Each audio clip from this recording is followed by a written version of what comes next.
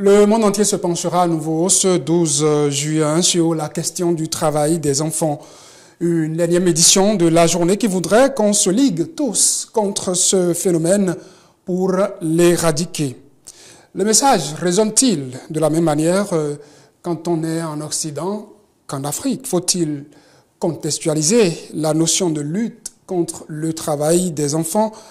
Quel est l'état des lieux qu'on peut en faire à la veille de l'échéance 2025, échéance fixée par les objectifs de développement durable pour éliminer le travail des enfants sous toutes ses formes?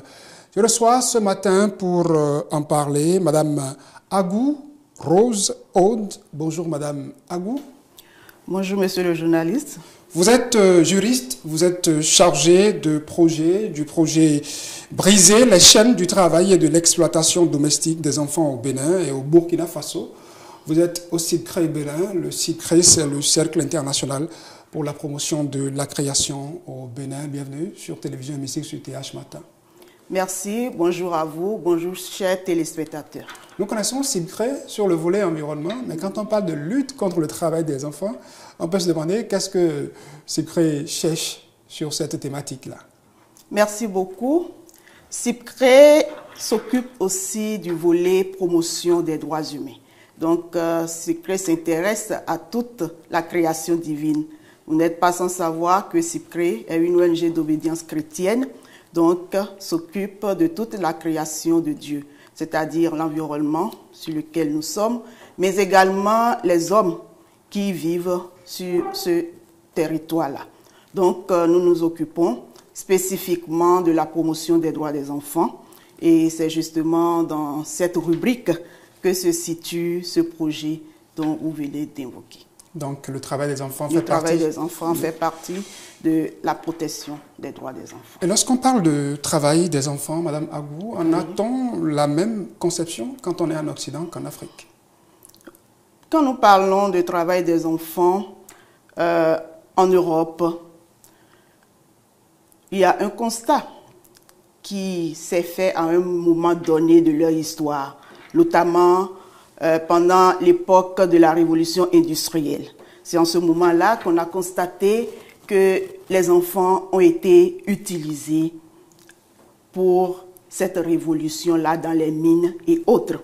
Donc, quand nous parlons du travail des enfants en Europe, ça met beaucoup plus en relation la souffrance, l'injustice dont les enfants ont été victimes pendant l'époque de la révolution industrielle.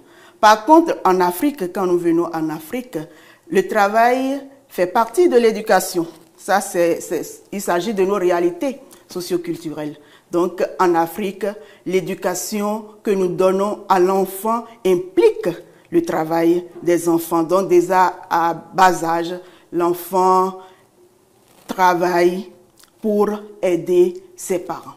Et ce que nous dénonçons, c'est les conditions dangereuses parfois dans lesquelles ce travail s'effectue, qui est dénoncé, qui constitue la lutte que nous menons, et non parler en bloc de l'éradication du travail des enfants. Vous avez évoqué les pesanteurs socio-culturelles. Est-ce que sur le terrain, quand vous parlez, vous essayez de sensibiliser sur les conditions dans lesquelles ces enfants font ces travaux que nous évoquons, contre lesquels il faudrait qu'on lutte? Est-ce que ces pesanteurs socio-culturelles se révèlent être des obstacles pour le message que vous passez? Oui, naturellement, parce que dans la conception, ce n'est pas un mal en soi que l'enfant travaille. Ça, c'est notre conception en Afrique. Vous voyez, même quand vous prenez la charte africaine des droits et du bien-être de l'enfant, vous avez l'enfant a des devoirs. Ce n'est pas le cas avec la Convention internationale relative aux droits des enfants. Donc, c'est pour vous dire que le contexte africain diffère. Donc, déjà, dans nos pensées, nous savons que l'enfant doit travailler. Et on ne tient pas trop compte des conditions pour respecter ses droits. Donc, ces facteurs, ces pesanteurs socio-culturels constituent quand même un facteur qui ne favorise pas toujours la lutte contre les mauvaises conditions. parce qu'on estime aussi l'enfant n'a pas la parole, l'enfant doit respecter. Donc, on a toujours ces pratiques dans notre vécu quotidien. Donc, on ne reconnaît pas encore totalement la place du droit de l'enfant. Est-ce parce que chez nous en Afrique, le travail va de pair avec souffrance? Il faut souffrir, on essaie peut-être d'éduquer l'enfant à résister, à pouvoir s'en sortir quand les conditions seront difficiles, ce qui ferait que quand on met l'enfant dans certaines conditions, on se dit que ben, c'est pour son éducation, c'est pour sa formation. Justement, on pense à la socialisation de l'enfant, parce qu'on dit un enfant qui ne flotte pas les réalités, demain, quel type d'enfant on aura. Donc c'est ça qui amène parfois certains parents à très tôt mettre l'enfant dans les conditions un peu qui ne respectent pas ses droits, qui amènent l'enfant à travailler très tôt. Donc c'est réellement nos réalités socioculturelles qui nous imposent, qui imposent cette condition-là à nos enfants. Mais aujourd'hui, nous savons que les enfants ont des droits et dans nos sensibilisations, nous essayons de faire ressortir les conditions néfastes dans lesquelles, les conditions dangereuses dans lesquelles certains travaux sont menés pour amener aussi les parents qui parfois ne maîtrisent pas toujours les contours des travaux que les enfants font parce que il y a des normes qui encadrent normalement le travail des enfants. Comment aborde-t-on la thématique, comment aborde-t-on le sujet, cette problématique quand on est à CIPCRE? Ok. Quand on est au CIPCRE Bénin, aujourd'hui a un projet spécifique au travail des enfants, spécifiquement le travail domestique des enfants. Et dans ce projet, nous avons des activités de protection, des activités de prévention et au nombre de ces activités, il y a des sensibilisations que nous menons en communauté, déjà dans les zones de provenance, parce que les enfants quittent les zones rurales pour la ville ou bien des zones géographiques où les conditions de vie sont plus aisées qu'au village. Donc déjà, nous allons vers les parents pour les sensibiliser sur les droits des enfants, qui sachent qu'aujourd'hui les réalités ne sont plus les mêmes, il y a quand même des droits à respecter aux enfants, bien que les enfants ont des devoirs, mais également ils ont des droits. Les conditions dans lesquelles ces enfants vivent une fois dans les familles d'accueil ou bien dans les lieux de travail, on essaie d'attirer leur attention sur ces différentes conséquences néfastes parfois, parce que si l'enfant est exposé à des travaux dangereux, des travaux qui sont nocifs à sa santé, donc on essaie déjà d'attirer leur attention sur ça.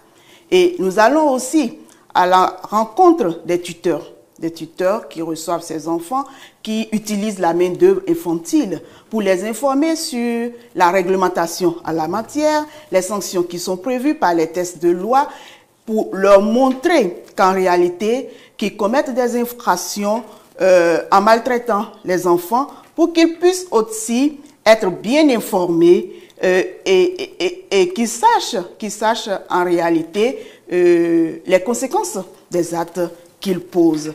Et parfois dans nos activités, nous accompagnons aussi ces enfants en situation de travail pour leur réinsertion et leur réinsertion professionnelle, les enlever avec leur consensus, leur participation du travail pour une formation.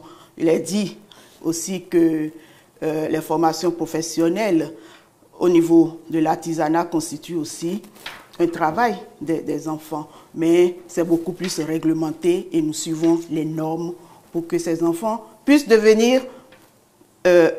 être un cadre demain pour l'État, afin que le Bénin puisse jouir réellement, pleinement de la potentialité de tous ces enfants. Vous abordez une pratique là qui est courante chez nous, parlant de ces enfants placés, ces domestiques, pour ne pas dire ces vides au maison. La pratique continue parce que quelle que soit la couche socio-professionnelle, surtout ceux qui sont à un certain niveau de l'échelle, ils en ont besoin, ils doivent aller au boulot, il faut quelqu'un pour s'occuper de leurs enfants à la maison quand ils n'ont pas le temps et tout. C'est donc une pratique qui est courante, utilisée même par une certaine bourgeoisie de notre pays. Est-ce que, quand vous allez dans cette classe et vous parlez, par exemple pour les téléspectateurs qui nous suivent, oui, à partir de quel âge on peut accepter qu'un enfant soit un enfant placé ou bien une famille d'accueil peut accepter un enfant comme étant une domestique, comme on le dit? Ok.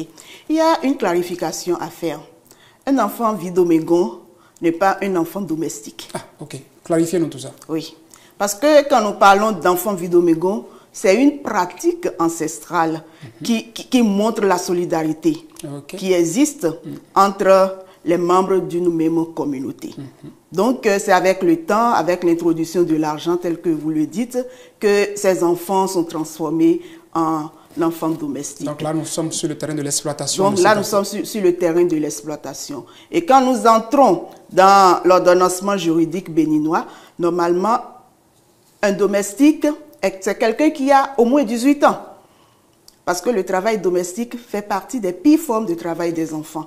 Donc, ça fait partie normalement des travaux qui doivent être bannis. Donc, quand nous parlons de travail domestique, normalement, c'est une pire forme de travail des enfants. Et on ne devrait pas considérer les enfants Fidomégons comme des enfants domestiques. Ils bénéficient normalement des mêmes droits que les enfants de la famille d'accueil. C'est ce qui devrait être. On dit Vidomégon chez nous, peut-être pour traduire le phénomène, parce qu'en quand on dit Vidomégon, c'est en même temps chez nous dans nos sociétés que c'est un enfant qui est dans une famille d'accueil, mais qui n'est pas forcément chez ses parents ou chez un tuteur ou un oncle ou une tante, qui est là pour aider au niveau des travaux domestiques, des tâches. Oui, c'est la transformation, c'est la transformation. Sinon, à l'origine, ce n'était pas le cas. Madame Agou, souvent les parents qui acceptent que les enfants aillent dans des familles d'accueil pour travailler, pour être domestiques, sont confrontés à une certaine précarité, souvent. Est-ce que des programmes sont mis en œuvre pour que ces parents ne sentent plus ce besoin-là qui les amène, qui les oblige à laisser leur enfant partir, pour qu'on puisse améliorer leurs conditions, elles aussi, ces familles, et du coup, les empêcher de devoir faire de leurs enfants, je ne sais pas, une activité en quelque sorte qui leur amène des sous, qui leur apporte? Oui.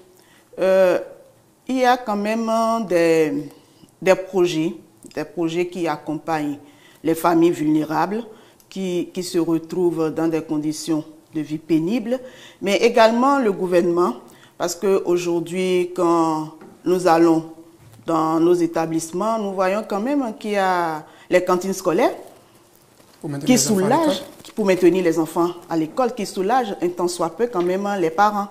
Et parce que ces cantines assurent au moins un repas à ces enfants-là par jour. Nous avons aussi, avec le projet Suède, qui est aussi un projet gouvernemental avec la Banque mondiale, où les enfants reçoivent des kits scolaires et également des transferts monétaires pour leur petit déjeuner. Maintenant, quand nous prenons spécifiquement le projet dont je suis la coordonnatrice. Briser les chaînes du travail de l'exploitation domestique des enfants au Bénin et au Burkina Faso. Oui, dans nos zones d'intervention, nous avons identifié des familles vulnérables, vraiment, parce qu'il y a plusieurs critères pour définir. Il y a vulnérabilité dans vulnérabilité, donc les familles extrêmement vulnérables que nous appuyons.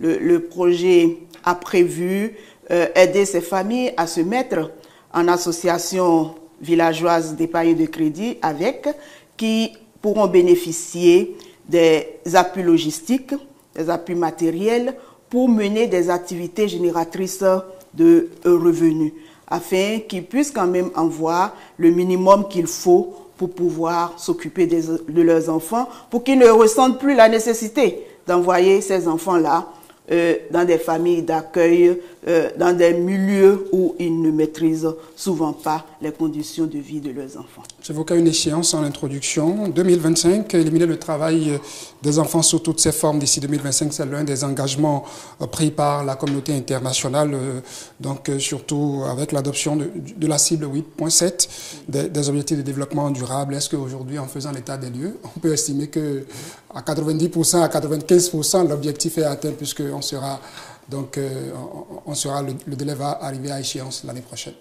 Bon, si nous prenons le cas spécifique du Bénin, je crois avec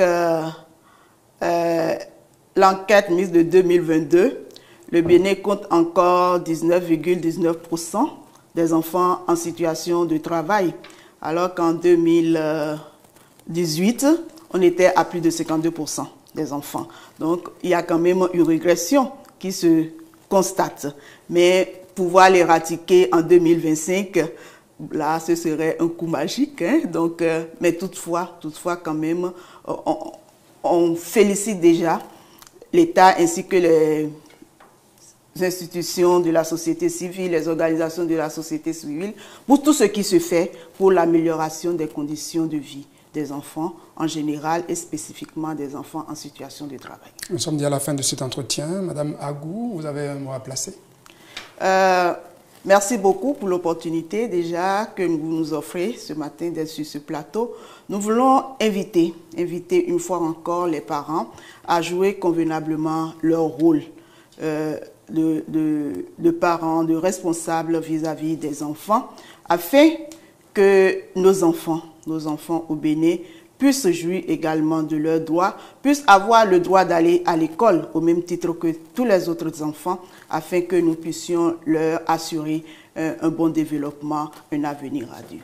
Merci. Merci à vous. Agou, Rose Aude, vous êtes juriste, vous êtes chargée de projet, le projet Briser les chaînes du travail de l'exploitation domestique des enfants au Bénin et au Burkina Faso. Vous êtes au CIPCRE Bénin, le Cercle international pour la promotion de la création au Bénin. Je vous souhaite une bonne célébration, une bonne lutte, puisqu'on parle de lutte.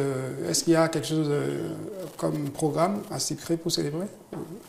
Non, bon, spécifiquement, nous continuons avec les sensibilisations dans nos zones d'intervention, mais également, nous avons aussi l'accompagnement, comme vous aujourd'hui, de plusieurs chaînes de radio, de télévision de la place qui nous ont sollicité pour la célébration, la commémoration de cette journée-là. Merci à vous.